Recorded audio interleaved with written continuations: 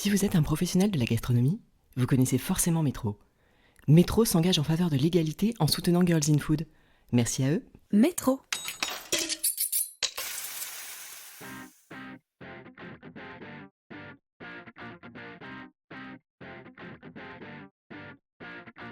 C'est une première pour Girls in Food. Cette semaine, je vous propose une interview en duo avec Julie Mathieu et Muriel Talandier, les fondatrices de Fou de Pâtisserie. Julie et Muriel, c'est l'histoire de deux passionnés devenus food entrepreneurs sans passer par la case CAP. Mais aussi de deux femmes qui suivent leur instinct en toutes circonstances, qui ont très souvent raison. À travers leur parcours, vous allez découvrir comment on crée un groupe de presse à une époque où le numérique est roi, puis un réseau de boutiques alors que les pâtissiers se mettent à la vente en ligne. Bref, comment l'intuition peut aider à prendre les bonnes décisions. Vous l'aurez compris, cet épisode est tout autant une leçon de business pour food entrepreneurs en devenir ou confirmé qu'une plongée dans le magazine préféré des professionnels et des passionnés. Si cet épisode vous plaît, je vous invite à laisser 5 étoiles et un commentaire dans l'appli Apple Podcast. Vous êtes prêts à passer à table ? Je suis Adeline Glibota et voici les portraits de Julie Mathieu et Muriel Talandier dans Girls in Food. Bonjour Julie Mathieu, bonjour Muriel Talandier. Bonjour. Est-ce que vous pouvez vous présenter ? Alors, je m'appelle Julie, j'ai 50 ans, je suis rédactrice en chef de Food Pâtisserie et de Food Cuisine, l'associée de Muriel aussi dans la société d'édition Pressmaker qu'on a créée. Voilà, je suis maman d'une petite fille de 9 ans.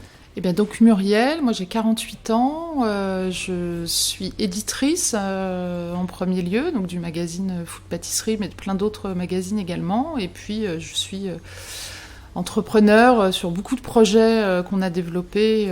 Voilà. Retour en arrière, quelle était la place de la cuisine dans votre famille quand vous étiez enfant ? Alors moi, elle avait une place assez quotidienne. Moi j'ai été élevée seule par ma mère avec mon frère, donc c'était une cuisine on va dire familiale mais efficace. Néanmoins ma mère est lyonnaise, donc on a une tradition quand même un peu de culinaire, donc elle est montée à Paris avec dans ses bagages des petites recettes lyonnaises de gratin dauphinois, de choses comme ça. Donc on allait au marché, on avait quand même une culture du produit, mais sans c'était pas une grande famille non plus de gastronomes, etc. Voilà. Et vous, Muriel ? Et de mon côté, une place centrale, puisque j'avais la chance, je considère que c'est une chance, j'avais une maman au foyer, donc je prenais tous mes repas tous les jours, midi et soir à la maison, cuisinés par ma mère, qui aimait beaucoup ça. Et d'ailleurs, le samedi, on avait un petit rituel, elle suivait les recettes de Michel Oliver le samedi midi à la télé. Alors, en même temps, vu qu'elle préparait le repas, elle me demandait, et ça a été mes premières notes sur la cuisine, elle me demandait d'écrire les recettes, de prendre en live les ingrédients, les recettes, etc. Parce qu'elle écoutait d'une oreille, et là elle me disait « note ». Voilà. Et donc elle testait pas mal de choses, donc non, une place très importante dans la famille, et grands-parents aussi, etc. Donc voilà, quelque chose de central dans ma vie. Et est-ce qu'il y avait un plat du dimanche particulier ? Nous, on n'avait pas un plat du dimanche que ma mère était infirmière et elle travaillait énormément, elle faisait des gardes le week-end, etc. Mais néanmoins, donc on allait quand même donc au marché, etc. Et le dimanche, c'était une viande ou un poisson frais, c'était un gratin dauphinois, un gratin de blettes, voilà, des bonnes ou des endives au jambon, enfin des choses très simples, mais voilà, un peu familial. Mais il n'y avait pas ce rituel comme Muriel justement a pu le connaître, elle, beaucoup plus... Autour de la famille, du côté... Enfin voilà, moi, de ma famille, moi j'ai 2 frères, donc on était déjà 5, et puis on se retrouvait souvent avec oncle ou tante, voire les 2, chez ma grand-mère, donc il y avait un peu ce rituel, enfin ça c'est les jeunes années.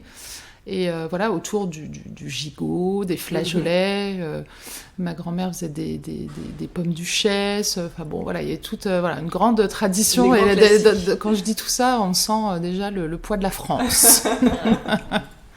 Famille française. Et toujours, quand vous étiez petite, est-ce qu'il y avait un métier qui vous faisait rêver ? Oui. Ah, Julie ? Moi, je voulais être grand reporter. Ah. Voilà, je voulais voyager partout dans le monde et être grand reporter. Le mot se donne, non ? Ouais. Hein ? Presque, ouais. Voilà, C'est quoi? Oui, c'est bien, mais c'est autour de la... Enfin, non, mais je m'éclate autour de la food. Non, mais je veux les grands reporters de guerre, politique, voilà, tout ça, quoi. Et moi, oui, moi j'ai très tôt, très jeune, été fascinée et ça m'a tenue très longtemps. J'ai renoncé que très récemment à cette carrière. Je voulais être chirurgien, donc voilà, j'ai tout fait pour. J'ai disséqué beaucoup d'animaux, de mets en cuisine aussi. J'aime beaucoup les découpes. Voilà, je le vis comme ça, mais pendant très très longtemps. J'ai d'ailleurs fait une année de médecine à 16 ans, voilà, après le bac, tout de suite. J'étais vraiment dans cette voie. Et puis voilà, bim badaboum, tout a éclaté, j'ai changé de vie déjà à 17 ans. Et puis, mais j'ai gardé ça au fond de moi très longtemps et je crois que j'ai renoncé vraiment quand je pense que j'ai trouvé vraiment ma place comme entrepreneur, etc. Il y a une dizaine d'années, quoi. D'accord. Et vos vrais premiers jobs, qu'est-ce que c'était? Job d'étudiant ou... Ah oui. Le tout premier job. En vrai, mens pas. Bah non, je mens pas. Bah non, mais moi j'étais animatrice en colonie, énormément. Parce que enfant, j'ai fait énormément de colo, donc après je suis devenue animatrice. D'où son sens du management aujourd'hui. Voilà, exactement. Aigu. Non, après je suis allée faire des crêpes à Londres. Ah. Voilà. Et après j'étais ouvreuse dans les cinémas. Le soir, après les études, justement. Donc job, c'est petit job. Job ou vrai travail. Ouais, le premier job que alors vous moi, mon ayez, premier job, c'était top, quoi. Moi, j'étais assistante médicale à la mairie de Lille, et donc j'assistais le médecin du travail qui recevait tous les fonctionnaires de la mairie. Et donc, moi, j'avais une blouse blanche, donc j'étais hyper fière. J'avais 18 ans et j'avais les petites languettes. Et donc, je faisais les analyses d'urine. Je remplissais la feuille et puis après, ils partaient voir le médecin. Donc, j'écoutais un peu à la porte parce que des fois, je soupçonnais des trucs en voyant arriver les gens. Je me disais, bon... Là, on doit avoir un peu d'obésité, Enfin, voilà, j'essaie de décrypter un peu le truc. Non, mais voilà, c'était mon premier job, donc bien loin de ce qui, après, m'a construit professionnellement, mais très, très instructif. Sur la nature humaine. Tout à fait. Presque du social. Justement, on va faire le lien avec votre métier actuel. On va revenir sur votre parcours, ce qui vous a amené à travailler dans la gastronomie. Alors Julie, vous nous avez parlé de crêpes à Londres, donc il y a quand même un lien dès très jeune. Mais est-ce que vous pouvez nous en dire plus sur comment vous êtes entrées en gastronomie toutes les deux, sur comment est née cette passion, parce qu'effectivement vous étiez ni l'une ni l'autre forcément destinée à ça. Vous avez des parcours différents, mais universitaire, vous avez fait des études, pour Julie, des études d'histoire, de sciences politiques, vous avez travaillé dans la sphère publique. Muriel, vous avez un profil plus créatif peut-être, vous avez fait des études d'art appliqué.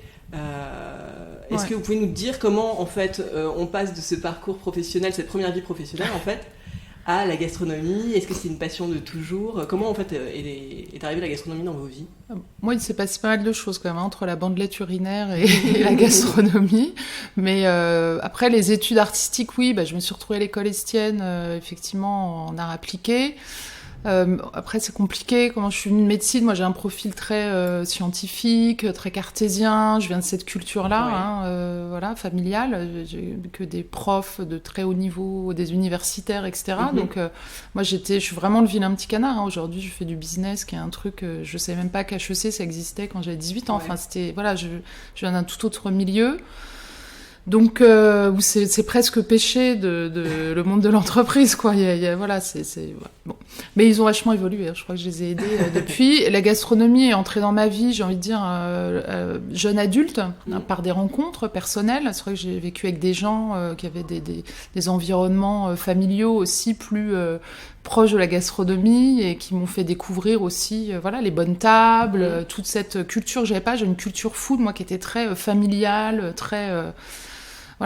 classique, mais pas du tout celle des restaurants. Donc ça, c'est dans la vingtaine. Et petit à petit, j'ai trouvé ça fou, quoi. Et puis par le vin aussi, je suis beaucoup venue à la gastronomie par le vin. Okay. Et donc, tout cet apprentissage, on va dire, la vingtaine, tout cet apprentissage, et puis ce goût qui se développe, cette passion qui s'installe, qui pose beaucoup de questions, moi, qui m'a beaucoup nourrie aussi intellectuellement. Et voilà, et petit à petit, j'ai réussi à faire rejoindre en fait ce qui était une passion privée à une carrière professionnelle. Oui, moi c'est un peu, alors je vous disais, on était dans une culture gastronomique plutôt familiale, bourgeoise et sans ostentation. Néanmoins, en fait, du côté de mon père, lui vient d'un milieu, en fait, mon père a travaillé très jeune dans la restauration, ses parents tenaient un hôtel-restaurant, mon beau-grand-père était maître saucier, donc eux, de leur côté, il y avait cette culture-là. Et mon père même a tenu un restaurant quand il était plus jeune, etc. Bon, après, il est parti dans les boîtes de nuit et le monde de la night, mais néanmoins, voilà, il y avait ce modèle-là. Alors, j'ai pas été élevée avec lui, mais du coup, quand je le voyais, il y avait un peu ce fil conducteur, et c'est vrai que plus j'ai grandi, en fait c'est lui le premier qui m'a emmené dans les grands restaurants, dans les grands hôtels, etc. et que j'ai commencé à découvrir ce monde de la haute gastronomie. Et c'est vrai que, puis après c'est par les rencontres aussi, et c'est vrai que j'ai toujours aimé ça, en fait, et du coup j'ai toujours voulu aller au restaurant, connaître les cuisines des chefs, etc. Et donc au début, comme vous le disiez, moi j'ai exercé totalement d'autres métiers, mais néanmoins il y avait ce fil conducteur, c'est-à-dire que en vacances, en week-end, moi j'allais dans les grands restaurants, dans les grands hôtels, dans les tables étoilées, c'est ce qui m'importe. Quand je vais visiter une ville à l'étranger, je vais aller manger le gâteau, de telle adresse, ou voilà, j'aime même tout. Oui, le vin, j'ai appris aussi à aimer le vin, les cocktails, enfin tout ce qui se rapproche du monde de la gastronomie. C'est vraiment un monde que j'aime. Et du coup, pareil, quand on a eu l'opportunité après de se rejoindre sur le plan professionnel, ça a été du coup la concrétisation de ça. Justement, on va revenir sur cette partie-là, vous avez créé ensemble un empire de la gastronomie, mais avant ça, avant de commencer à travailler ensemble, est-ce qu'on peut revenir sur la manière dont vous vous êtes rencontrés et ce qui a été finalement le prélude à votre partenariat professionnel? En fait, on s'est rencontrés en 2001, donc il y a 19 ans, personnellement, dans un premier temps, et on a assez vite vécu ensemble. Donc, on a construit d'abord, nous, une très belle histoire d'amour. Et c'est vrai que moi, j'ai commencé en 2006, j'ai abandonné le salariat et j'ai monté ma première maison d'édition de presse, magazine, avec des associés, etc. Je suis partie en 2012 pour monter Pressmaker. Ouais. Et c'est vrai qu'assez vite, nous on a un fonctionnement un poil fusionnel, et c'est vrai qu'assez vite, il y avait des choses qui étaient empêchées par le fait, Julie avait une activité assez intense à cette époque-là, elle avait travaillé beaucoup au Parlement, après en gestion de crise aussi, travaillé dans la sphère politique et publique, et c'est vrai que c'était compliqué pour la vie personnelle. Donc en fait, presque la première intention, ça a été de pouvoir retrouver une sorte de liberté d'agir personnelle, partir en voyage, on adore voyager, voilà. Et donc on s'est dit à un moment, il faut qu'on bosse ensemble, parce que c'est pas possible. Julie avait genre 5 semaines, les bonnes années, 5 semaines de congés payés. Moi je découvrais la liberté, alors avec toutes les contraintes que ça a du monde de l'entrepreneuriat, mais une liberté quand même de gestion de son temps folle. Après des années de salariat, moi j'ai bossé dans des grosses boîtes, où c'était très contraint aussi, cette gestion du temps. Donc moi je me suis épanouie dans cette liberté-là, et c'est vrai que c'était un peu compliqué. Donc Julie m'a rejointe, et puis on a eu notre fille en 2010. On a eu Gabrielle en 2010, et ça c'était aussi déclencheur, parce que du coup on s'est dit qu'on voulait vraiment organiser notre vie de famille comme on le souhaitait, et avoir vraiment le contrôle et la main dessus, et donc plus que tout on voulait du coup travailler ensemble et pouvoir passer aussi du temps avec elle, consacrer le temps qu'on voulait. On l'a eu, moi j'avais 38 ans quand j'ai eu Gabrielle, on savait qu'on n'en aurait peut-être pas d'autres, donc il y a eu beaucoup, Bien sûr. Donc de fait, on s'est retrouvés. Julie m'a rejoint dans Pressmaker à l'essai, parce que j'avais une collaboratrice qui elle-même était en congé mat pour 1 an. Et je lui ai dit, écoute, prends la place d'Ingrid pendant 1 an, et puis tu vois si ça te plaît, si on arrive à bosser ensemble. Parce que c'était un vrai challenge aussi. C'était un vrai challenge. Et effectivement, on a fait cet essai, puis toi, il fallait que tu trouves ta place aussi. Puis moi, j'ai changé complètement. Alors, j'ai plusieurs fois changé de métier dans ma vie, mais là, j'avais 40 ans. Je passais d'un domaine d'abord de compétences différentes, puis d'un domaine d'activité aussi complètement différent. Ouais. Donc, et comme dit Muriel, j'ai fait ma période d'essai. Vous avez été confirmé. Voilà, mais non, mais c'était en même temps c'était hyper excitant Ouais. et voilà, c'était une belle aventure qu'on a. Et puis moi, voilà, je t'ai appris le métier Voilà. d'éditrice, voilà, parce qu'à la base, c'était ça. À la base, c'est vraiment Ouais. sur l'activité Pressmaker. Donc, on avait une dizaine de titres à l'époque.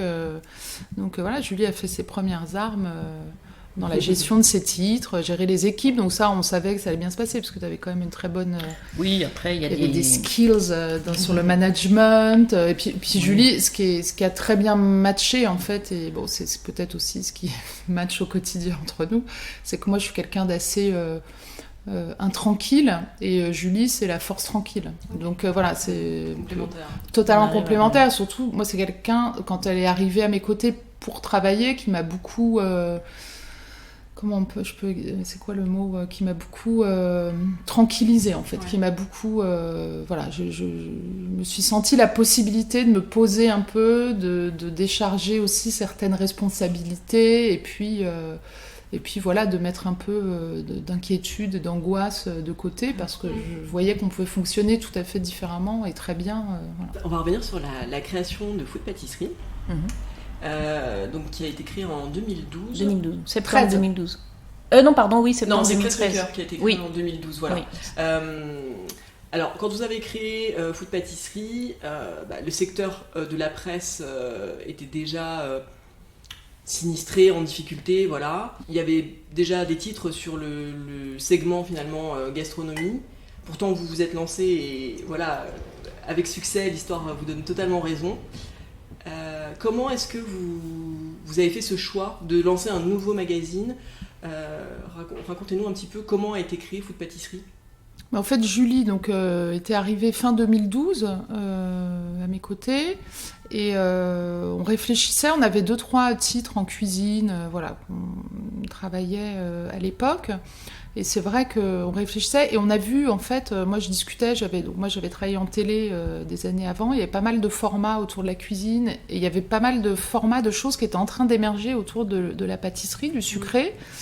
Et puis avec les éditeurs aussi, parce que j'avais aussi une maison d'édition de livres, donc j'étais très en contact avec les éditeurs, notamment en pratique et en cuisine et gastronomie, qui me disaient, nous, ce qui booste le secteur de l'édition du livre, c'est le sucré. Donc c'est vraiment ce qui porte notre secteur, et ça. On voyait dans les rues commencer à fleurir les premières enseignes, un peu monoproduits, Ouais. surtout à l'époque. Et on s'est dit, il y a vraiment un truc autour, il y a une vague sucrée, là, il y a un truc autour de la pâtisserie. Et c'est vrai qu'en linéaire, alors moi je passe mon temps dans les kiosques, etc., un peu à regarder tout ce qui se fait, les kiosques étrangers, j'aime beaucoup la presse étrangère aussi. Hein. Et c'est vrai qu'il y avait Non, il y a- rien sur la pâtisserie, sur le sucré. Donc on s'est dit, alors que comme vous le disiez, le linéaire Food, enfin, salé cuisine, était lui ouais. totalement saturé, et on s'est dit, bon allez, on tente le truc, on y va, il y a un vrai propos, il y a un vrai truc à dire, donc on a réfléchi à la façon dont on voulait le faire. Donc on a construit vraiment le projet du magazine, quoi. Mm. Le chemin de fer, les rubriques, etc. Et on voulait vraiment que ça soit un magazine entièrement consacré à la pâtisserie et entièrement consacré aux chefs pâtissiers. Donc ça, c'était au printemps. Parce qu'en fait, on avait compris quand même, on savait que la pâtisserie, c'était beaucoup plus technique. Et on s'est dit, on a envie de rendre accessible ce qui est ce qui peut paraître un peu plus inaccessible. Hein, la pâtisserie, autant tout le monde peut essayer de cuisiner, de faire des assemblages et machin. Intensif, la Ça pâtisserie. peut marcher, on peut avoir du bol. La pâtisserie, ça marche pas. Donc, et je me disais, c'est le premier édito du numéro 1, c'est comme un meuble suédois, quoi. La pâtisserie, faut le bon mode d'emploi, c'est les bonnes pesées, les machins. Et nous, on était un peu là pour ça. Et c'est vrai que ça, c'est un truc hyper important Oui. dans ce qui nous anime, nous, dans tout ce qu'on fait. C'est notre philosophie, oui. C'est un peu la philosophie entrepreneuriale, c'est de rendre accessible. Ouais. On a un côté là-dessus, voilà. Donc là, c'était rendre accessible les recettes des grands chefs, tout un chacun. Avec cette première étape, avec le magazine, c'était ça. Et est-ce que les grands chefs vous ont suivi tout de suite? Est-ce que ça a été dur de les convaincre de donner leurs recettes? Parce que c'est vrai que parfois les chefs font des livres de cuisine dans leurs propres livres. Donc là, ils donnent leurs recettes, mais là, les partager, puis de manière collective aussi, avec d'autres chefs. Est-ce que ils ont été durs à convaincre ? Bah, ils étaient hyper contents, Non, en fait. ouais. En fait, ils ont été hyper contents. Ils ont tout de suite dit oui. Ils étaient tellement heureux d'avoir enfin un magazine, rien que pour eux. Toutes les portes se sont ouvertes parce que nous, pour le coup, moi je prenais mon téléphone, je les connaissais pas quand j'ai appelé la première fois Pierre Hermé, Philippe Conticini, Claire Etzler, c'était quand même. Mais et tout de suite ils nous ont dit oui, quoi. Donc ça c'était super. Et ce qui était super, c'est que quand ils ont vu le premier numéro, ils nous ont même tous dit merci, c'est génial. Et alors là après ça ne s'est plus arrêté. Non, mais c'est grâce à eux que tout ça a été possible. Hein. C'est-à-dire que c'est sûr qu'on a eu un accueil extraordinaire. Mais je pense ça nourrissait aussi. Et c'est un milieu très collectif. Hein. Il y a pas, c'est pas des individualités. Il y a beaucoup de parrainage. Il y a beaucoup d'estime. Ils s'encouragent entre eux. Ils se supportent. Ensemble, voilà. Il y a des chefs. Il y a une notion un peu de parrainage, des choses plus tutélaires, etc. Et nous, on a un peu modestement créé le liant entre tout ça, entre les différentes générations, entre les chefs connus, les moins connus, les chefs de palace, les chefs de boutique, il y avait une sorte de... Puis entre le public, les lecteurs, les passionnés... Même dans le lectorat, c'est vrai qu'on a vu, nous, le succès, et le succès du magazine tient au fait qu'il est autant lu par des passionnés amateurs que par des professionnels qui regardent ce que font du coup les autres, les copains, Donc, ça permet de benchmarker aussi pour les professionnels, de découvrir... puis de voir l'actualité du monde sucré, en fait. Et puis il y a une vraie émulation. Souvent on a eu des chefs qui disent j'ai vu le truc, donc t'as fait un super truc. Mais mais il y a jamais... après c'est pas un monde de saints non plus, mais nous ça nous a vachement surprise. Ils sont très bienveillants les uns les autres. C'est vrai qu'ils sont dans la transmission de toute façon. Ils sont dans la transmission, ils sont dans le partage. Franchement, là ça fait 7 ans maintenant. Quelquefois, on a eu des refus de gens qui disaient non, je veux pas donner ma recette parce que je veux pas qu'on me la pique. Mais c'est très rare. Je veux dire, d'autant plus aujourd'hui avec la vitesse de la communication, tous les réseaux, la com, voilà. Et ça a complètement changé ça. Et ce que je trouve hyper intéressant aussi, c'est la qualité du magazine qui, quand il s'est lancé, il ressemblait pas du tout à ce qui se faisait. Il avait il a été assez il a inspiré d'autres créations, mais c'est ça aussi, ça met vraiment en valeur en fait les recettes, les chefs. Comment est-ce que vous êtes arrivé à cette création? Nous, c'est vrai que c'est très important, comme le disait Muriel, ça rejoint notre philosophie de rendre accessible, mais aussi de faire du beau. Et je pense qu'aujourd'hui, le papier se défend, et les magazines qui survivent et qui continuent à marcher, parce que les gens sont toujours attachés au papier lorsqu'il est beau. Oui. Et c'est vrai que nous, on met un point d'honneur à faire un beau magazine qu'on ne vend pas cher, parce que franchement, on a augmenté une seule fois de 50 centimes en 7 ans.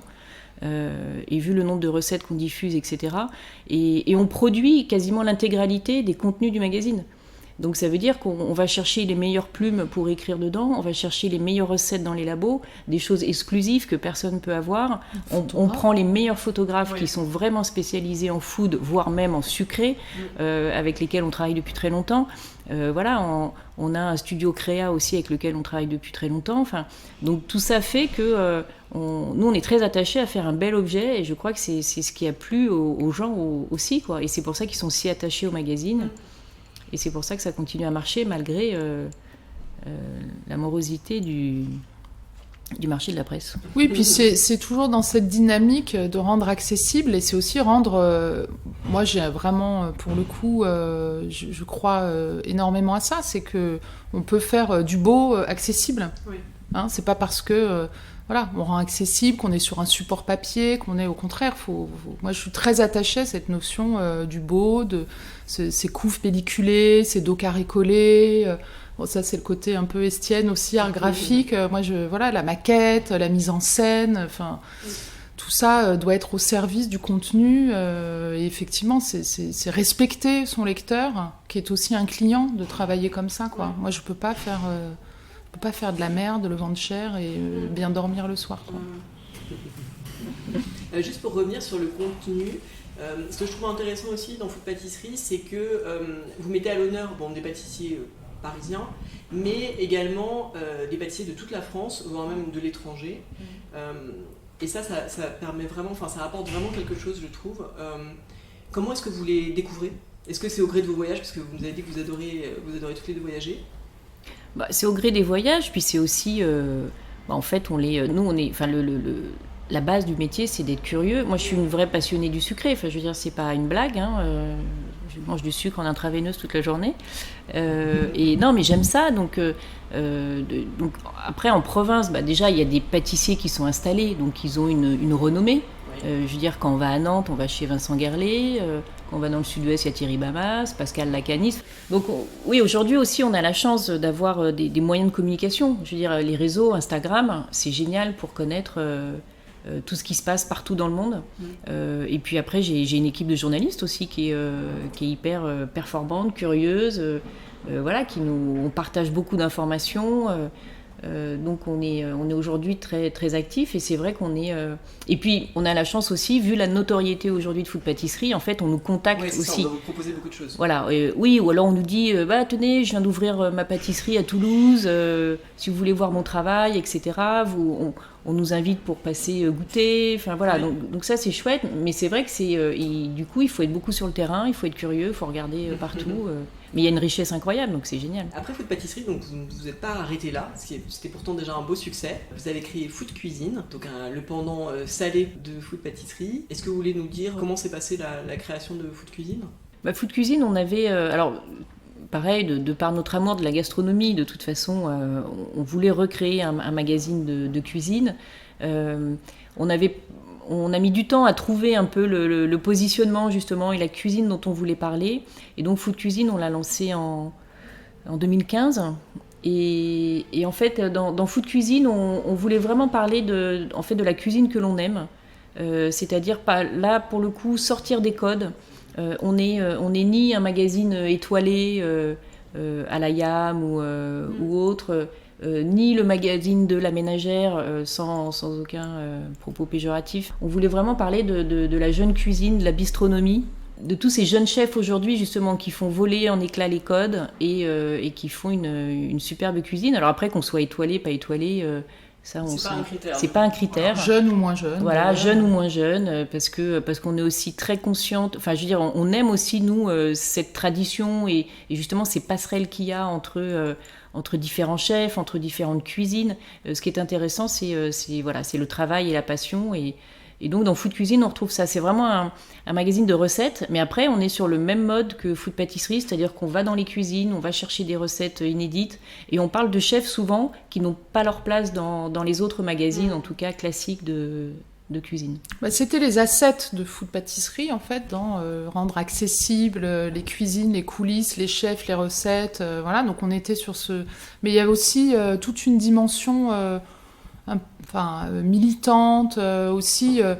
Dès le début, donc dès 2015, on a pris aussi cette place-là de se dire, voilà, il y a la cuisine, il y a les chefs, mais il y a aussi ce qui sert à cuisiner, donc tous les ingrédients, la façon dont ils sont produits. C'est pour ça qu'on s'est associé à 180 pour produire des reportages sur les producteurs, sur les terroirs, avec toute cette importance et ce message super important à délivrer aussi, que manger n'est pas un acte anodin, cuisiner est quelque chose qui remplit beaucoup de fonctions dans la vie quotidienne, sociale, et manger, cuisiner, c'est un acte citoyen aussi. C'est-à-dire, moi je dis toujours, c'est aussi important la façon dont on consomme ce qu'on achète que de voter, quoi. On soutient des filières, on soutient des artisans, on soutient, donc il faut réfléchir à ça. Et nous on a eu envie de donner à penser et à réfléchir tout ça, quoi, toute cette matière. Donc on essaie de construire autour de ça. Alors c'est encore imparfait, moi je suis pas totalement... on est encore en chemin sur Food Cuisine, mais je trouve que ça se concrétise, ça se dessine de mieux en mieux, et c'est un magazine qu'on aime beaucoup aussi. Et on va revenir également sur vos boutiques. Parce que là, c'est complètement un autre métier que le métier de l'édition. Comment vous est venue l'idée ? En fait, aujourd'hui, c'est vrai que le secteur de la presse, c'est un secteur moi, dans lequel j'évolue depuis début 2000, hein, donc ça fait quelques années. J'ai suivi son évolution, j'étais très très impliquée aussi dans toutes les problématiques liées à la distribution. Voilà, je me suis vraiment plongée. Et c'est vrai que c'est un secteur qui souffre. Donc assez vite, aujourd'hui, quand on fait un magazine, il faut aussi penser à la diversification, à la façon dont on a un magazine qui a un cœur de rédacteur, qui produit des contenus, qui est central, et parce qu'on est éditrice à la base. Mais autour des magazines, il est important aujourd'hui de développer et de faire vivre les choses sur d'autres supports, d'autres médias. Et c'est vrai qu'assez rapidement, alors il y avait évidemment, tout le monde on me disait, faites un site internet, c'est génial. Moi, j'adore l'idée, mais alors, je veux bien trouver quelqu'un pour me financer, parce qu'aujourd'hui, on n'avait pas trouvé le modèle économique. Donc, et comme on n'a pas de fortune personnelle à investir à fond perdu, c'est pas ce qui s'est fait le plus rapidement. Alors qu'une boutique, c'est vrai qu'on s'est dit, on n'a aucune expérience en retail, mais néanmoins, moi, une boutique, c'est un modèle économique que je comprends. Hein. J'achète, je revends, j'ai des charges, c'est très simple, très lisible. Et on s'est dit, en plus, ce qui est génial, c'est que ça concrétise totalement ce qu'il y a dans le magazine, quoi. C'est-à-dire que c'est la possibilité de goûter et de vivre par d'autres sens que la vue, la gourmandise, quoi. Donc c'est un peu quand même l'essentiel. Donc on s'est dit, essayons de rassembler, comme on fait dans le magazine, les gâteaux, les créations sucrées dans un seul et même endroit. Donc c'était assez fou. Il y a pas mal de gens qui nous ont dit, non, mais vous n'y arriverez jamais, comme toujours. Oui. Donc il faut dépasser, il faut avoir ses convictions chevillées au corps, enfin ses envies, en tout cas ses désirs, et avancer. Et on a avancé petit à petit, et puis voilà, on a réussi à réaliser. Et c'est vrai on s'est lancé, parce qu'en plus l'idée était, folle, parce que ça s'était jamais fait. Exactement. Et ça permettait, de vraiment donner corps au magazine mais on connaissait, comme disait Muriel, pas du tout ce métier-là, mais on savait où on voulait être dans Paris, parce que ça, on connaît bien le quartier de la rue Montorgueil, et on se disait que ça serait super. C'était vraiment un rêve, quand on était comme deux gamines, en se disant on adorerait avoir une boutique là. Et on a eu l'opportunité de cette première petite boutique, qui fait 20 mètres carrés, mais qui est devenue maintenant tout un symbole. Mais on s'est lancé, on a comme... On disait, je pense qu'il faut oser, quoi. Il faut oser. On connaissait rien au retail, mais on n'avait jamais recruté de vendeurs. En fait, il y avait l'idée, les envies, on en avait plein autour de Food Pâtisserie. Et après, effectivement, ça a été la réalisation. C'est vrai que moi, j'essaie toujours de réaliser et de concrétiser, en fait, les idées, les envies qu'on peut partager. Donc, je trouve que c'est... Voilà, il faut se réaliser, c'est-à-dire qu'à un moment, on ne va pas s'empêcher des choses. On aurait pu s'empêcher en se disant, on n'a jamais fait de retail. Ou ça n'existe pas. Ou ça n'existe pas, donc c'est pas... voilà, oui. Donc alors, moi, je vais plutôt faire l'inverse. Généralement, quand ça n'existe pas, je me dis plutôt qu'il y a quelque chose à faire. C'est plutôt une opportunité, mais après, il faut quand même le réfléchir, etc. Et puis après, on va chercher des ressources aussi. Hein. On va travailler avec des gens. Je veux dire, Marwan Berissoul, qui est le directeur des boutiques aujourd'hui, il est avec nous depuis le début. Marwan, il avait une expérience du retail. Donc on a vraiment appris de lui aussi. On s'entoure. Je veux dire, on n'est pas des personnes ressources intégrales. Hein. On travaille avec des gens. Donc pour réaliser et pour rendre possible les envies, les désirs qu'on a, quoi. Mais c'est vrai que les chefs ont super bien accueilli aussi, parce que, bon, évidemment, on est allé voir les 2-3 chefs emblématiques qu'on voulait vraiment avoir dans la boutique. Et en fait, quasiment tous nous ont dit, l'idée est complètement folle. Franchement, je ne sais pas si vous allez réussir, mais on vous connaît, on a confiance en vous, parce qu'on avait noué une confiance quand même avec eux, grâce au magazine depuis 3 ans. Et donc ils nous ont dit, on vous suit, voilà. On fera partie de l'aventure, en tout cas, vous pouvez compter sur nous. Et du coup, quand vous avez Pierre Hermé qui vous dit ça, ou Cyril Lignac, ou Philippe Conticini, après c'est plus facile de convaincre tous les autres. Absolument. Mais justement, parce qu'ils n'ont pas pris ça comme... une forme de concurrence. Non, pas du tout. Mais ça, c'est intéressant, parce que ça aurait pu, et donc ça veut bien dire qu'il y avait un lien de confiance avant. Oui, tout à fait. Voilà, ils auraient pu se... Voilà. Oui, puis en plus, nous, le concept de la boutique, c'est comme le magazine, c'est-à-dire qu'on éditorialise beaucoup. Il y a un renouvellement permanent de l'offre pâtissière. C'est un lieu également voilà, où on fait de l'événement en permanence, tous les 15 jours, enfin sauf en ce moment, mais tous les 15 jours quasiment il y a des événements dans les boutiques. On fait venir des chefs de province, des chefs de l'étranger, des chefs de palace, des chefs de restaurants étoilés. On fait venir aussi des jeunes chefs qui se lancent et dont on pense qu'ils ont un talent fou et donc on a envie de les faire découvrir à plus de monde possible. Enfin, voilà, donc, on rend accessible. On rend accessible. Voilà, quand on fait des OP avec les palaces, c'est extraordinaire parce que tout le monde ne peut pas rentrer dans un palace aujourd'hui. Les gens n'ont ni la culture ni les moyens. Et nous, on invite les chefs de palace à venir présenter et vendre leur pâtisserie à un prix de boutique normale, quoi. À 6,50, on peut s'offrir, les gens ont pu s'offrir une pâtisserie du Ritz, du Meurice, du Georges V. Et voilà, et c'est génial. Et en plus, ça permet des rencontres avec les chefs pâtissiers qui sont vraiment riches pour les clients. Ouais. Et je me pose la question de la logistique qui doit quand même pas être simple, notamment je pense aux chefs qui viennent de l'étranger ou de province. Ça doit être vraiment, ça doit être un vrai sujet, non ? Alors quand ils viennent de province, ça dépend, ça dépend où ils sont en province, mais il y en a qui produisent le matin et après ils mettent tout dans le camion et ils arrivent sur Paris, voilà. Et de toute façon, on fait un événement sur la journée, voire le week-end, mais pas plus. En revanche, c'est des produits d'épicerie aussi, sinon. Oui, donc ça, c'est sinon, des chocolats, c'est voilà. des gâteaux, on travaille avec Pascal Lac, on travaille avec Vincent Guerlet, etc. Ah oui, donc ça en permanent, oui. Ça, c'est des choses qui nous envoient, voilà, qui se gardent. Oui, ça, il n'y a pas de problème. Sur du frais. Oui. Et sur du frais, sinon, par exemple, on a fait un événement cet hiver avec Nicolas Lambert, donc, qui travaille au Four Seasons de Saint-Pétersbourg. Là, en fait, il est venu à Paris et il a fabriqué, donc il avait créé, on avait statué sur 4-5 créations, et en fait, il les a fabriquées au sein du Georges V, parce qu'ils font partie du même groupe Four Seasons. Voilà, donc ils arrivent. Ou sinon. Il s'est fait prêter un labo, quoi, pour. Oui, disons qu'il a fait pas mal. Il a trouvé une petite place à côté de Michael dans le labo. Voilà, et puis l'équipe de Michael a donné un coup de main.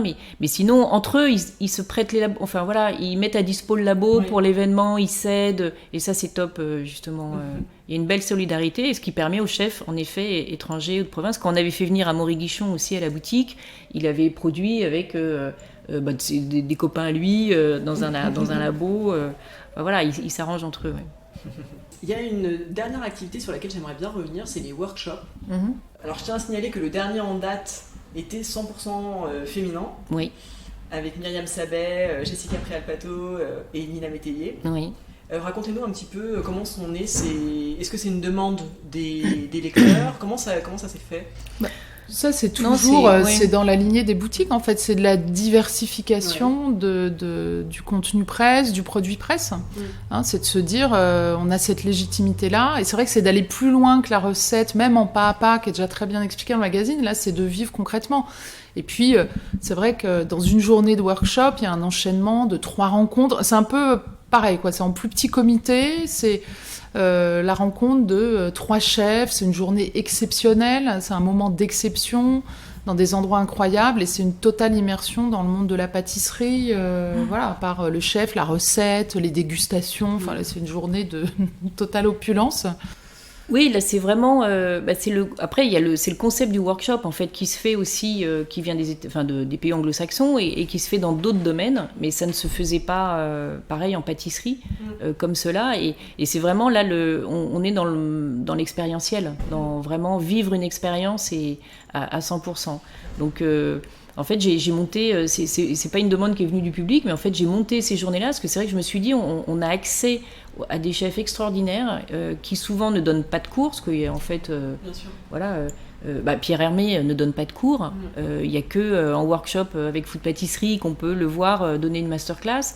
Cédric Grolet, il donne, je crois, 1 fois par an un cours en France. Il en donne partout à travers le monde, mais voilà, et nous, il vient avec nous dans les workshops, et même plein d'autres. Et puis oui, des visites, on les emmène pour des visites backstage dans les palaces, ils vont visiter les cuisines, tous les hôtels. Ça y est, l'envers du décor. Voilà, il y a le côté envers du décor, il y a le côté aussi, donc comme ce sont que des petits groupes, il y a une proximité immédiate avec le chef. Il y a un accès en fait au chef, à la création, à l'échange qui est vraiment unique. Et c'est vraiment, voilà, on essaye de faire vivre aux gens une journée extraordinaire qui ne serait accessible nulle part ailleurs. Et en fait, et ça c'est pareil, on s'est dit, bon, on va essayer d'en monter une, et puis on verra bien. Et en fait, depuis, on en fait quasiment entre 8 et 10 par an. Et les gens viennent des 4 coins du monde pour y assister. Donc c'est... Non, à chaque fois, on n'a que 12 participants. La moitié sont des Français qui viennent de partout et de tous les milieux. Franchement, on a vraiment de tous les milieux. C'est vraiment des passionnés. Et les autres viennent du Canada, d'Australie, d'Israël, de Saint-Pétersbourg. Enfin, voilà. Et donc ça crée toujours des équipes en plus hyper enrichissantes. Et après, même une communauté. Ils se répondent après entre eux, ils se parlent entre eux. Enfin, il y a vraiment... C'est des très, très belles journées. Et aujourd'hui, avec toutes ces activités qui sont hyper variées, à quoi ressemble votre quotidien ? Est-ce qu'il y a une journée type ? Comment vous arrivez à gérer tout ça ? Ce qui est bien, c'est que justement, il n'y a pas de journée type. Il n'y a pas de journée type, mais notre quotidien est un peu de l'ordre de la lessiveuse. Il faut être honnête. Moi, il y a des quotidiens très sous tension. En fait, j'ai pas une minute. Ce qui peut d'ailleurs parfois être problématique pour des amis ou des... Moi, je suis pas du tout... Moi, j'ai un quotidien très workaholic, quoi. C'est-à-dire qu'à 8h35, après avoir déposé ma fille à l'école, quand je la dépose, je suis au bureau et je ne pose pas. C'est vrai que même le midi, c'est des réunions. Je fais de moins en moins de déj. Parce que voilà, il y a un temps de travail qui est très concentré, mais ça c'est la contrepartie de plusieurs choses. Hein. C'est le revers de beaucoup d'activités professionnelles multiples et parallèles. Donc il faut sans cesse passer d'un sujet à un autre et enchaîner. Donc il y a une forme c'est un gros travail d'endurance. Il y a une vie familiale qui ne sera en aucun cas sacrifiée sur l'autel du travail. Donc c'est vrai que moi je passe tous mes mercredis après-midi avec ma fille, je déjeune avec elle, je vais la chercher à l'école le vendredi à 16h30. On n'a pas de nounou, donc c'est vraiment... Tous les week-ends, etc. Donc il y a un temps plein, il n'y a pas de nounou, il n'y a pas de relais de ce côté-là. On ne fait pas du tout ce sacrifice-là. Hein. Non, donc on doit s'organiser au cordeau. C'est, pour revenir à l'introduction de l'interview, c'est chirurgical. Hein. C'est-à-dire qu'il n'y a pas de place vraiment pour le café avec une copine qui est de passage. Hein. Moi, j'ai pas du tout cette disponibilité-là. Donc, en même temps, moi, j'aime ce côté course de fond. C'est vrai que c'est quelque chose qui me convient très bien, avec une grande relâche le week-end. Voilà, quand je peux. Non, mais c'est vrai. Alors, moi, j'ai un programme moins tendu que Muriel, mais en revanche, je suis très peu au bureau. Moi, je suis toujours à droite à gauche, soit en reportage, soit avec les chefs, soit dans les boutiques.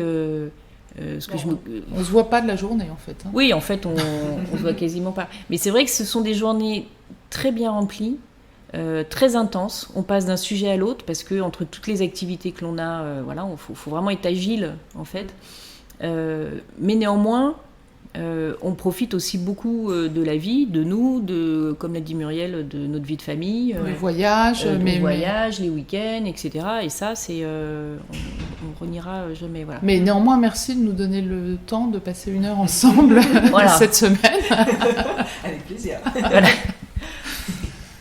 Non, mais je trouve ça intéressant, ce côté de ne pas sacrifier sa vie de famille, parce qu'on a forcément cette image que les entrepreneurs doivent travailler comme des fous et souvent c'est la vie de famille qui passe à la trappe, surtout dans le milieu de la gastronomie où c'est d'autant plus difficile pour les femmes, où elles sont attendues sur qui s'occupe des enfants, voilà. Et donc c'est intéressant de voir que c'est un modèle qui existe au prix de sacrifices aussi autres, mais voilà. Alors attention, on ne travaille pas en cuisine, hein. C'est-à-dire que nous, c'est possible, parce qu'effectivement on a un temps et une gestion de travail. Moi souvent à 21h, parfois je retourne travailler, c'est-à-dire que nous on a un travail qui peut se faire, qui peut se fractionner aussi comme ça dans un temps d'une journée, on n'est pas avec une brigade. C'est ça qui est très dur dans la gastronomie, la cuisine pour les femmes. C'est ce temps... voilà, opérationnellement pris en cuisine. Nous, on n'a pas ça. Mais c'est un choix aussi de vie, quoi. C'est-à-dire, moi, c'est ce que je disais tout à l'heure, quand en 2006, j'ai quitté le salariat, c'est aussi parce que je voulais pouvoir gérer mon temps comme je le voulais. Je n'en pouvais plus de passer un tiers de mon temps dans des réunions qui servent à rien. Moi, je suis devenue un peu, voilà, j'ai développé une sorte de... Je voulais plus ça, en fait. Il y a des choses que je ne voulais plus vivre, je voulais plus subir. Je trouve que le temps est trop important. J'ai une notion hyper aiguë de ça depuis toujours. Et je pense que j'ai réussi à le transformer en quelque chose de positif. C'est-à-dire, je ne veux pas passer du temps à des choses inutiles. J'ai un vélo, je ne peux pas passer... Une voiture dans Paris, pour moi, c'est un truc... j'ai ce luxe-là, hein, mais ça me semble... Je ne peux pas concevoir ça. C'est des trucs... Alors ouais, ça peut paraître un peu... bobo de dire ça, mais j'assume complètement. Mais franchement, je trouve la vie est trop précieuse pour passer 2 heures par jour dans une bagnole, quoi. Enfin, moi, c'est un truc. Même si on peut écouter des très bons podcasts et faire plein de choses, c'est un truc que je peux pas, quoi. Moi, ça me rend hystérique. Bon, voilà. Mais par ailleurs, non, c'est un vrai choix. Non, mais c'est vrai aussi. De toute façon, tout est possible. Ce qu'il faut, c'est s'organiser, et c'est surtout s'organiser à deux, parce que la plupart des problèmes en fait des femmes quand elles sont en cuisine ou quoi, c'est que c'est qu'elles ont un mari.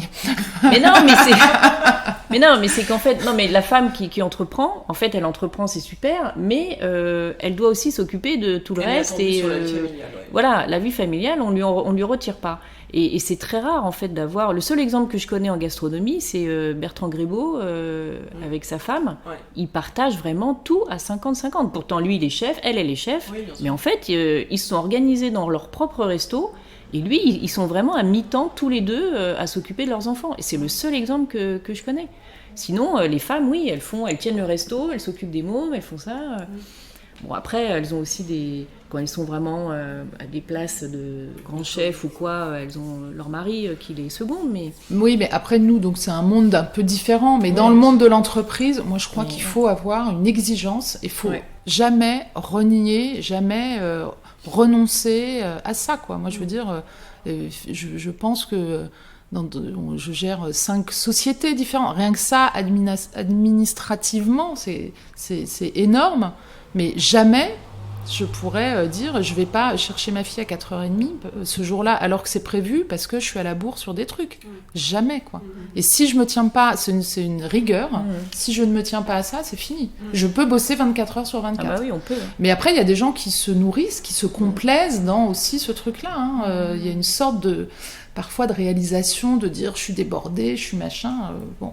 Non, il faut arrêter de penser qu'il faut rentrer chez soi à 20h pour prouver à tout le monde qu'on travaille. Parce que nous, on abat un boulot, je vous dis, en termes d'efficacité, de rythme, qui est énorme, mais néanmoins, comme on le disait, nous, la première, à 16h30, elle va chercher Gabriel, et à 19h, elle rentre à la maison. Enfin, je veux dire, puis moi, je cuisine tous les soirs, quand on n'a pas un dîner. Voilà, moi, je cuisine, on prend le temps de dîner toutes les 3, de discuter. Enfin, voilà, quoi, je veux dire, il faut arrêter de croire que le rendez-vous de 19h est indispensable. Voilà, et tout se passera bien s'il est décalé au lendemain.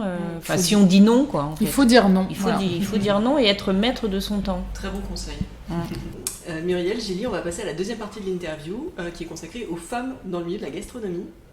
Même si à travers vos parcours et votre manière de gérer vos vies, vos entreprises, on a un aperçu de ce que vous pouvez en penser.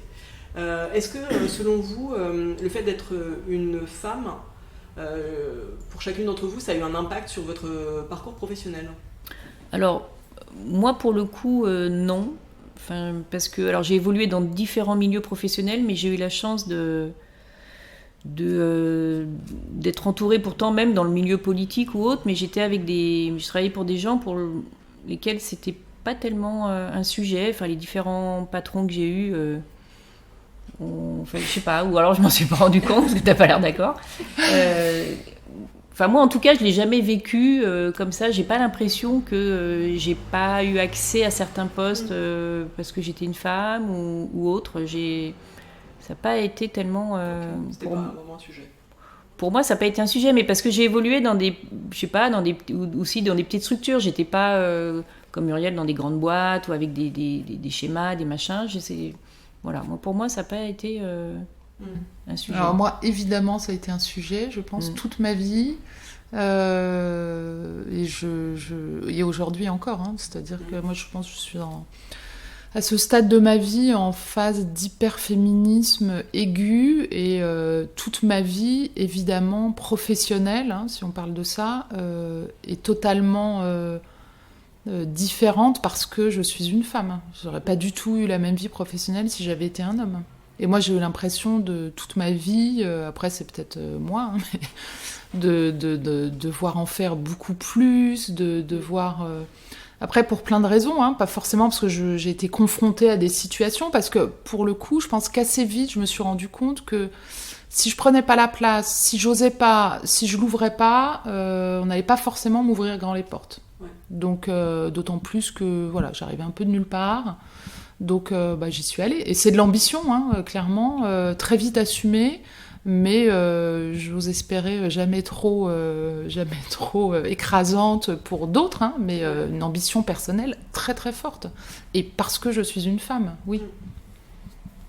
Est-ce qu'il y a beaucoup de femmes dans votre environnement professionnel, oui. Dans vos entreprises, mais de manière générale Oui, beaucoup. Mais il y a des hommes aussi, hein. Moi j'ai des associés masculins, j'ai d'ailleurs beaucoup plus eu d'associés hommes que femmes. Moi j'ai une grande... j'ai beaucoup d'hommes que j'aime, que j'admire, avec lesquels j'aime travailler, hein. On n'est pas dans une dynamique d'exclusion.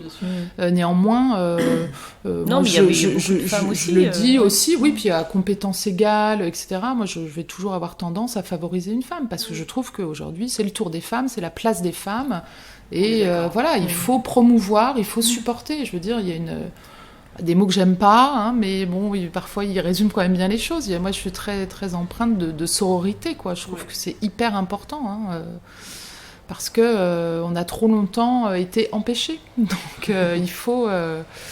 Moi, j'ai eu l'impression beaucoup de vivre, de porter beaucoup de femmes, justement, une lignée de femmes dans ma famille qui ont été empêchées de se réaliser, hein, socialement et professionnellement. Mais je pense qu'aujourd'hui, je suis aussi à un stade où je me permets d'élargir. Voilà, je porte les vies de 6, 7, 8 générations de femmes. Mais j'ai envie aussi d'ouvrir ça à d'autres personnes que la sphère familiale. Donc oui, je vais promouvoir, soutenir toujours. Donc on a beaucoup de femmes autour de nous. Oui, dans l'équipe, dans les boutiques, dans la rédaction, dans les rédactions, dans les boutiques aussi. Et puis après, dans les environnements professionnels, les workshops, je les anime avec des femmes. Mais les partenaires avec lesquels on travaille, l'agence RP, il y a beaucoup de femmes autour de nous.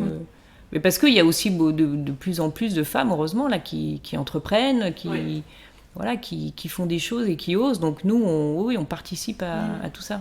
Et travailler ensemble, c'est soutenir aussi. Donc quelque part, on soutient aussi ces élans. Hein. Et plus spécifiquement, est-ce que en cuisine, dans les labos, vous avez l'impression que la situation des femmes évolue dans le milieu de la gastronomie ? Alors oui, déjà, il y a beaucoup plus de femmes qu'avant. Ça, c'est clair et net. On a vu l'évolution dans les labos, que ce soit en cuisine ou en pâtisserie. C'est même dingue. Et même après, à l'école, chez Ferrandi ou autres, toutes les promos sont maintenant limite majoritairement féminines. Donc là, il y a une vraie arrivée des femmes. Maintenant, c'est toujours pareil. Maintenant, il faut qu'elles arrivent à monter les échelons. Mais c'est le sens de l'histoire, donc ça va se faire. Il faut juste attendre un peu. Mais on voit de plus en plus de femmes qui deviennent après sous-chefs. Maintenant, on voit de plus en plus de chefs. Et justement, c'était l'objet du workshop là, que j'ai monté au mois de mars pour mettre en avant ces femmes chefs. Donc voilà, elles s'installent, elles osent. Elles ont pris la place. Elles prennent la place et donc il y en aura de plus en plus, oui. Même si c'est compliqué parce qu'il reste encore, hein, on évolue, on avance, mais il reste encore, il y a des verrous à faire sauter. Hein, le côté, ah oui, mais elle est jeune, donc forcément à un moment, elle va tomber enceinte, elle va faire un môme, donc ça va être compliqué. Donc je vais pas trop investir sur elle. Il y a quand même... Parfois, on entend encore ce genre, de moins en moins, hein, c'est rendu de moins en moins possible. Et puis, il faut aussi parler, il y a beaucoup aussi, encore beaucoup trop d'histoires de harcèlement aussi en cuisine, de mauvais comportements. Moi, ça, c'est quelque chose, pareil, hein, je suis très militante et impliquée là-dedans. Et ça, c'est quelque chose qui reste insupportable aujourd'hui. Hein. Alors, il y a des comportements qui ne sont pas réservés aux femmes, hein, mais il y a certains comportements, et j'espère que MeToo aussi, cette vague-là aussi a touché les cuisines. C'est-à-dire aujourd'hui, permet à des femmes de dire non. Ça commence, ouais. Hein, il y a des choses qui ne sont plus acceptables, qui sont plus acceptées, voilà. Et malheureusement, il y a encore des histoires. Hein, ouais. Est-ce que vous auriez un conseil à donner à une femme qui nous écoute et qui veut se lancer, soit comme entrepreneur dans la gastronomie, en cuisine, en pâtisserie Est-ce qu'il y a un conseil qui, peut-être vous a été utile ou alors un conseil qui fait un bilan de votre expérience personnelle Moi, je dirais sur le côté entrepreneur et avec ces différentes casquettes, ce que j'ai envie de partager aujourd'hui, c'est de dire justement ose, quelque part, prends ton destin, prends ta vie en main, quoi. Je crois que ça rejoint le côté certaines notions comme ça de temps très aigu, de génération aussi, d'empêchement, etc. Donc je reviens toujours un peu au même truc, mais moi je crois que c'est vraiment mon moteur de vie, c'est ose. Entreprends, c'est possible, oui, tu peux tomber, oui, parfois il y a des échecs, on va les gérer, on va passer. Et je pense que c'est jamais trop grave, voilà, si c'est fait vraiment sincèrement et avec une forte détermination. Oui, il faut vraiment oser, parce que comme on vous l'a raconté dans notre parcours, nous, il y a plein de trucs qu'on ne savait pas faire. Donc, à un moment, on a une bonne idée, on se lance, et au bout du compte, quand on a des compétences de base, ou en tout cas qu'on croit, qu'on est passionné, et ça marche, il n'y a pas de raison que ça ne marche pas. Après, un autre conseil, je pense, c'est de rester toujours à l'écoute aussi. Ouais. De s'ouvrir toujours le regard, le champ, d'être curieux de tout, parce que tout nourrit tout en fait. C'est pas juste, nous on adore la food, la gastronomie, mais moi je suis autant nourrie de lecture sur n'importe quoi, la philosophie, les voyages, les machins, ça va nourrir un quotidien, hein. Parfois il y a des comme ça, et il faut rester vraiment, une conversation va donner une idée, voilà, moi, faut vraiment être curieux de tout et être dans une espèce d'imprégnation permanente. Tout nourrit, quoi. Pour finir sur ce sujet, est-ce qu'il y a des femmes qui ont particulièrement compté dans votre parcours ? Alors ça peut être des femmes avec qui vous avez travaillé, des femmes, moi, je suis très ou même des femmes qui vous ont inspiré, des figures inspirantes, sans forcément que ce soit des femmes que vous connaissiez. Enfin voilà. Alors moi, il y en a deux. Non, un parcours inspirant et qui m'a nourri toute ma jeunesse, qui me nourrit encore, c'est Simone de Beauvoir. Ouais. Parce que évidemment j'ai lu tous ses livres, etc. Et ça m'a beaucoup nourri, alors notamment sur toutes ces réflexions dont on parlait, sur la féminité, l'émancipation des femmes, etc. Mais elle m'a surtout nourri par sa liberté et sa modernité. À l'époque où on imposait un autre rôle aux femmes, elle a su s'émanciper de tout ça, vivre de son art et pour le coup prendre son destin en main et vivre la vie qu'elle avait envie de vivre, quoi. Elle s'est pas mariée, elle a pas fait d'enfants, elle est pas du tout rentrée dans le moule, quoi. Et ça, ce côté, cette liberté là qu'elle a acquise, c'est vraiment, moi, c'est quelque chose vraiment qui m'a guidée, et sur le fait de tu es ce que tu fais. Voilà, elle a été ce qu'elle a fait de sa vie, quoi. Et la deuxième femme qui m'a beaucoup inspirée, c'est Muriel. C'est parce que c'est vrai que c'est avec Muriel, du coup, ce qu'on disait, qui m'a appris vraiment que ce que j'avais envie de faire, ça pouvait être possible. Et elle me l'a prouvé. Et à partir du moment où j'ai compris que, en effet, tout était possible, Muriel, souvent, elle dit tout est possible, il suffit de le faire. Et alors, des fois, on dit mais non, mais en fait, si. Et je me souviens, c'était il y a longtemps, là, quand j'avais repris des études en sciences politiques, je voulais absolument aller travailler au Parlement. Et elle me dit, et donc il fallait que j'envoie un dossier de candidature, quoi. Et elle me dit, mais avec qui tu veux aller travailler? Alors il y avait des grands noms, des grands hommes politiques, quoi, qui me faisaient rêver, et je disais mais ils me prendront jamais, enfin je suis nobody, etc. Et elle me disait, mais écris-leur, pourquoi bien sûr qu'ils vont te prendre. T'as vu ton parcours, t'es intelligente, t'as envie, etc. Enfin, tente, quoi. Et en fait, j'ai essayé et à l'époque... Sur les 3, il y en a 2 qui t'ont répondu positivement. Ouais, sur les 3, il y en a 2 qui m'ont répondu et du coup, j'ai obtenu mon job à l'Assemblée nationale auprès d'un député qui est devenu ensuite ministre et du coup, je me suis dit, mais elle a raison, c'est possible en fait. Voilà. Et depuis, après, depuis, ça a été possible à chaque fois. Moi, je ne sais pas répondre à cette question. Il peut ne pas y avoir de réponse. Non, j'ai pas de réponse parce qu'en fait, moi, j'ai une sorte d'admiration naïve et très bête pour toutes les femmes, quoi. Enfin, c'est-à-dire que ça m'est impossible de choisir une femme. Et c'est marrant, souvent d'ailleurs, je dis, j'ai une indulgence totalement, quand on me connaît, je pense pas que ce soit le premier mot qui vienne à l'esprit, mon indulgence. Mais avec les femmes, j'ai une indulgence qui est... alors, faut vraiment me démontrer qu'il n'y a pas de raison, quoi. Mais c'est vrai que j'ai une indulgence parfois pour la bêtise, pour de la méchanceté et tout, parce que c'est une femme, quoi. J'ai une sorte de... C'est terrible, hein, voilà. Je pense que c'est une faiblesse, mais bon, que j'assume, hein, il y en a d'autres. Mais voilà, donc je suis très inspirée, moi, par toutes les femmes. Après, j'ai... peut-être forcément beaucoup plus que des réalisations professionnelles, etc., dont je peux être admirative et tout, mais en fait, ça m'intéresse pas trop. Je vais jamais regarder des parcours de femmes dans l'économie, tout ça, ça me gonfle un peu. Je suis pas du tout dans ces lectures-là. Moi, j'ai une énorme admiration parce que je pense que c'est un pan de ma vie qui a pas été réalisé, pour le coup, donc peut-être que ça le sera un jour. C'est toutes les femmes militantes. Ouais. Et ça, c'est...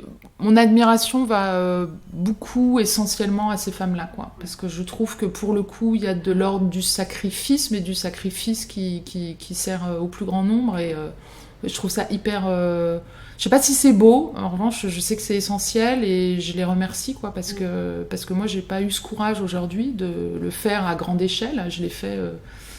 de façon très modeste, ponctuellement, mais voilà, j'ai beaucoup d'admiration pour toutes les femmes militantes. Voilà. C'est une très belle réponse. Dernière partie de l'interview, des questions très rapides pour mieux vous connaître. Quel est votre dernier coup de cœur food ? Babel, à Nice. Un petit resto sur le bord là, de la promenade des Anglais, en mode tapas, ils ont des cocktails de fou, et une cuisine méditerranéenne vraiment top, voilà, avec plein d'influences. On a mangé des carpaccio de poulpe dingues, des croquettes de je ne sais plus quoi. Enfin, poulpe aussi. De poulpe aussi. Enfin voilà, c'était top. Super endroit, super accueil. Voilà, petit resto, Babel. Ouais, bah, si c'est le dernier dans le temps, moi ce sera la soupe au pistou de Yorick Tièche, là, à Saint-Jean-Cap-Ferrat. C'était effectivement la dernière escapade en reportage la semaine dernière. Et j'ai adoré, quoi. Et j'ai adoré que le chef vienne comme ça monter l'œuf à côté, le verse sur la soupe. C'est d'une gourmandise, d'une explosion des goûts et tout. J'ai une fraîcheur et tout dans cet endroit absolument sublime. Voilà, c'est mon dernier coup de cœur en date. Mais bon, en gros, il y en a un tous les jours. Donc revenez demain. Est-ce qu'il y a un plat qui résume votre enfance ? Oui, moi, c'est les endives au jambon. En gratin, avec béchamel, évidemment. Est-ce que vous le refaites aujourd'hui ? Je l'ai fait des fois, mais Muriel n'aime pas la béchamel, alors je te l'ai fait du coup, mais voilà. J'ai un peu fait évoluer la béchamel. J'ai travaillé à moi, un plat emblématique de mon enfance, la poule au pot, je dirais, non, parce que voilà, souvent je demandais ça pour mon anniversaire. Ou sinon, il y a un truc que j'adore que ma mère fait, qui est un pain de poisson. Voilà, j'adore ça avec de la bisque et tout, avec une mayonnaise au citron maison. J'adore ça. Voilà. Est-ce qu'il y a un plat que vous avez goûté que vous n'avez jamais oublié ? Il y en a pas mal, mais c'est vrai que là, souvent je pense à ça. Pourtant, c'est pas un plat, c'est un petit amuse-bouche. Pourtant, c'est le genre de truc dont on se souvient jamais. Mais c'est vrai que ça avait été génial. C'était à l'époque, quand Thierry Marx était à Corbeil-en-Bage, près de Bordeaux. Donc c'était il y a au moins 15 ans. Et on était allé déjeuner là-bas. Il y avait un petit amuse-bouche où c'était bœuf bourguignon en une bouchée. C'était une espèce de gelée avec tout dedans. Et j'avais trouvé ça extraordinaire. Et vous, Muriel ? Je serais capable de répondre à cette question. J'en ai trop. Enfin, c'est pareil, quoi. C'est un plat qui m'a totalement marqué. Non, mais il y a aussi les cuisses de grenouille à la J'ai colombier. jamais oublié. Oui, mais voilà. je pense que je peux passer 3 heures sur le sujet, quoi. Donc, non, mais c'est un peu l'essence de notre métier. Donc, c'est. Moi, je suis nourrie c'est sans cesse renouvelé. Donc. Est-ce qu'il y a un aliment que vous détestez ? Non, à part genre la cervelle, mais on en mange très peu. Mais tu le détesterais même pas, c'est-à-dire que ce serait servi, cuisiné, avec un vrai propos, etc. Non, priori, tu l'aimerais. Donc, je sais pas, je déteste rien. Non. Non, puis détester, c'est fort comme mot. Hein. Non, moi, il y a des gens, par exemple, je déteste le poivron. Enfin, vous voyez, je ne peux pas en manger, quoi. Mais faut sortir de ça. Non, mais après, on a des goûts. Je veux dire, il y a des trucs qu'on préfère et tout, mais détester quelque chose, pour moi, c'est presque de l'ordre du caprice de l'enfance, quoi. C'est-à-dire, on peut pas détester un truc, parce qu'il y a le poivron, entre le poivron cru, le poivron cuit, les épices, les huiles, frits, enfin, je veux dire, il y a poivron et poivron, quoi. Donc... Non, moi, j'ai pas de... Je vais détester... Oui, puis le meilleur exemple, c'est que moi, j'ai eu la chance là, de découvrir la cuisine de Romain Médère au Plaza, Naturalité, et j'étais dans ses cuisines, et il y avait une espèce de concombre de mer vivant dans un bocal, et il me dit, je vais vous le cuisiner, ça. Et je lui dis, mais no way, jamais je vais manger un concombre de mer que je vois en train de gigoter dans un bocal. C'est immonde. C'est immonde. Et en fait, il l'a sorti, il l'a cuisiné, alors il en a fait je ne sais quoi, mais à la poêle avec de l'ail, des petites herbes, des machins, et on aurait dit des girolles, en fait. Je ne sais pas comment il a préparé le truc, mais c'était délicieux. Je me suis régalée. Mais voilà, donc il faut pas... c'est vrai que nous... Non, mais c'est pareil, là, faut lever les verrous. Faut arrêter de se dire, je déteste un truc. Je trouve ça très postural. Et ça, ça empêche de découvrir des choses. Faut même se dire... Moi, j'ai pas bu de café pendant 20 ans. Voilà, il y a 1 an et demi, j'ai un copain, il m'a dit, mais si, goûte, il torréfie son café lui-même. Je lui dis, attends, quand je te vois travailler, ça me donne envie, en fait. Donc, du coup, j'ai regoûté. Et j'ai trouvé ça super bon, et du coup je rebois du café. Voilà, je bois 2 cafés par jour depuis 1 an et demi, le truc incongru, j'ai 48 ans. Voilà, mais pendant 20 ans je me dis c'est con parce que en fait j'étais restée sur un truc, donc ça pareil, c'est typique, voilà, faut regoûter, faut machin. Non. On aime tout, moi j'aime tout. Est-ce qu'il y a un produit que vous avez toujours au frigo, ou dans votre cuisine en tout cas ? Du beurre, moi. Des épices. Du beurre, ah ouais, moi j'ai... Non mais le beurre, j'adore ça, le bon beurre. Ah oui, et moi je peux passer du temps à trouver du bon beurre qui a le vrai goût de beurre, parce que le matin j'adore manger du pain avec du beurre, voilà. Et sinon oui, des épices, j'ai beaucoup d'épices. Muriel est fan d'épices. Je suis fan d'épices et je trouve que d'un ingrédient totalement... Et voilà, et même en 10 minutes on peut sublimer carrément un dîner grâce à des épices, quoi. Et de l'ail. Alors là, moi quand j'ai plus d'ail, je meurs. Et moi, plus simplement, des yaourts nature. Je suis une dingue de yaourt. Et c'est ce qui me manque le plus à l'étranger. Bon, en même temps, ça compense ces journées où elle mange à peu près 8-10 gâteaux. Donc, en fait, le soir, elle mange un yaourt nature. Non, mais voilà, donc faut... Oui, c'est un peu ça. Est-ce que vous avez une recette fétiche que vous faites tout le temps à la maison la recette doudou Moi, j'ai plein de recettes. Les œufs au plat. Non, moi, je ne cuisine absolument pas. Hein. C'est Muriel, la grande cuisinière. Néanmoins, s'il y a un truc que j'aime bien faire, c'est les petits déj ou les brunchs. Voilà. Donc c'est dans mes compétences. Donc je fais très bien les œufs au plat, les œufs brouillés. Les jus, la découpe des fruits. Voilà. Julie est très forte sur la découpe des fruits. Je lève tous les fruits en suprême. Donc, je fais des... Avis au chef. Voilà. Hein, donc je passe des heures à faire des salades de fruits. Voilà, donc c'est... Mais voilà, c'est essentiellement mes compétences culinaires. Et moi, un plat que j'aime faire en particulier... t'en as plein. En tout cas, hein, vous faites cuisines. très souvent, ça peut être le plat préféré de votre fille, enfin voilà. C'est pareil, quoi. Je suis pas trop dans l'habitude, je suis plutôt dans la découverte, donc... Je vais prendre en fonction de ce qu'il y a au marché. Après, des fois, je me lance dans des trucs inaccessibles. J'échoue, mais bon, c'est pas grave. Non, mais au quotidien, je cuisine beaucoup les légumes, les épices, le poisson. les légumes frais. Et quand vous êtes en cuisine, qu'est-ce que vous écoutez ? Est-ce que vous écoutez de la musique? Est-ce que vous parlez? Est-ce que vous écoutez la radio? Est-ce qu'il y a une tradition de ce côté-là? Alors moi, j'aime bien être seule en cuisine. Mais bon, c'est un peu compliqué chez nous parce qu'on a une pièce ouverte et tout. Et à la base, c'était pour être avec les gens. Mais c'est vrai, moi, j'aime bien cuisiner seule. Mais j'ai un peu évolué là-dessus. Donc, on discute beaucoup, en fait. Oui, on discute beaucoup. On ouvre une bouteille, souvent. Oui. Et sinon, moi, j'écoute de la musique beaucoup parce que c'est important. On écoute beaucoup de classiques et de jazz. Voilà. Est-ce que... Alors ça va pas être une question facile pour vous. Quel serait le resto de votre vie? Votre resto préféré de tous les temps? Oui, c'est pas facile. Moi, j'ai énormément d'images qui me viennent en tête. C'est vrai qu'aujourd'hui, en plus, ce qui est génial, c'est qu'on partage aussi beaucoup de ces moments-là, de ces restaurants, toutes les trois, quoi. C'est vrai que Gabrielle, elle est géniale pour ça, parce qu'elle a une curiosité, une passion aussi pour ça. Donc ça, on a la chance, pour le coup, d'avoir transformé ça. Donc c'est vrai que là, j'ai plein – d'images, de restos, faudra en choisir une. Je sais pas, c'est quoi le premier où on est allé ensemble? Je sais pas, moi j'ai rien On qui a adoré s'impose. aussi les dîners chez Rollinger, avec les fruits de mer, etc. Oui, de toute façon, non mais c'est vrai qu'on partage énormément de moments, on l'emmène toujours avec nous, mais ça peut être, on s'éclate en allant chez Petit Bao, Paris 2, qu'on adore, c'est souvent notre cantine du samedi midi, comme on va s'éclater aussi au 52 ou au Richer, parce qu'on le connaît bien, c'est notre vie de quartier, etc.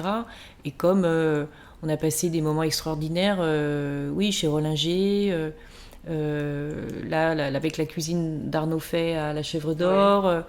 Enfin bon, alors après, c'est plus des gastros, mais on a la chance de pouvoir y aller. Mais oui, c'est trop difficile d'en choisir en fait. Je m'en doutais. Et est-ce qu'il y a un resto qui vous fait rêver, que vous n'avez pas encore fait, et donc vous dites il faut absolument qu'on y aille? Ah oui. Ah. Moi, j'adorerais aller à Shanghai chez Ultraviolet. Ah bah c'est marrant, j'allais dire ça aussi. Ah bah c'est bien, alors ça va être le prochain. Voilà. On y va ensemble alors. Eh bah, ok. C'est cool. Ouais, ça, c'est de la curiosité. C'est vrai que j'ai envie de voir ça. Moi, je voudrais aller aussi, c'est un peu galère, mais j'aimerais bien aller voir ce que fait Amélie Darvas aussi. Ah oui, ouais. À Ponem, parce que moi, j'avais adoré. Ça, c'est un des souvenirs, par exemple. Je me souviens, pour un anniversaire de Julie, j'avais organisé un dîner chez elle, là, sur les quais, quand elle était à Paris. Et j'avais adoré son cadeau d'anniversaire. C'était un faisan. Voilà, alors elle avait amené le faisantier, puis après elle l'a cuisiné et tout. Enfin, voilà, je trouve qu'elle a un talent fou. La cuisine d'Amélie Darvas, voilà. On adore. On n'a pas encore eu l'occasion d'aller à Ponem, mais ça c'est vraiment un souhait. Dernière question de l'interview. À quelle femme vous souhaiteriez passer le relais dans le podcast? Quelle femme vous souhaiteriez entendre dans un prochain épisode? Dominique Crène. Bon courage. Beau courage. Beau challenge. Ça, c'est un restaurant aussi, j'aimerais bien aller. Alors moi, j'aimerais passer le relais, j'aimerais beaucoup entendre Myriam Sabet, parce que Myriam, voilà, c'est quelqu'un que j'aime beaucoup, puis qui a une richesse culturelle, une vie professionnelle très riche. Voilà, je passerai bien le relais à Myriam. Merci beaucoup à toutes les deux. Merci. Et à très vite. Merci. Un grand merci à Julie Mathieu et Muriel Talandier pour leur participation à Girls in Food. Si ce podcast vous plaît et que vous souhaitez le partager avec le plus grand nombre, rien de plus simple, mettez-lui 5 étoiles et laissez un commentaire dans l'appli Apple Podcast. J'attends vos réactions sur Instagram, sur le compte girls.in.food, ainsi que vos suggestions d'invités. À bientôt pour une nouvelle interview de femmes inspirantes.